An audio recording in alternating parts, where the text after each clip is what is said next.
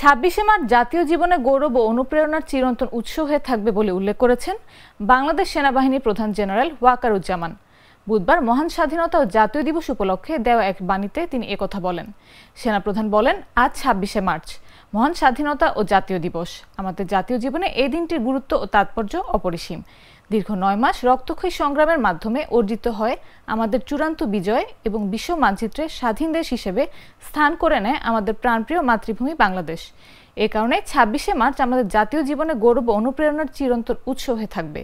তিনি বলেন, বাংলাদেশ সশস্ত্র বাহিনী তথা বাংলাদেশ সেনাবাহিনী দেশের গর্ব ও আস্থার প্রতীক। দেশের সার্বভৌমত্ব ও স্বাধীনতা অক্ষুণ্ণ রাখার নিমিত্তে সেনাবাহিনীর প্রতিটি সদস্য সর্বোচ্চ ত্যাগ স্বীকারের জন্য সদা প্রস্তুত রয়েছে।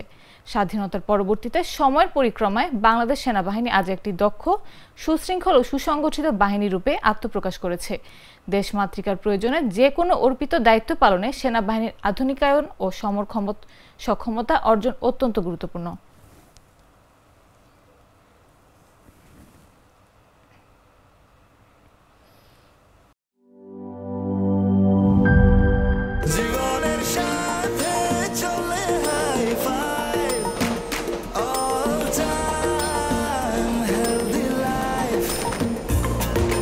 জার্নিতে স্বাস্থ্যকর all time family cake, all time healthy life.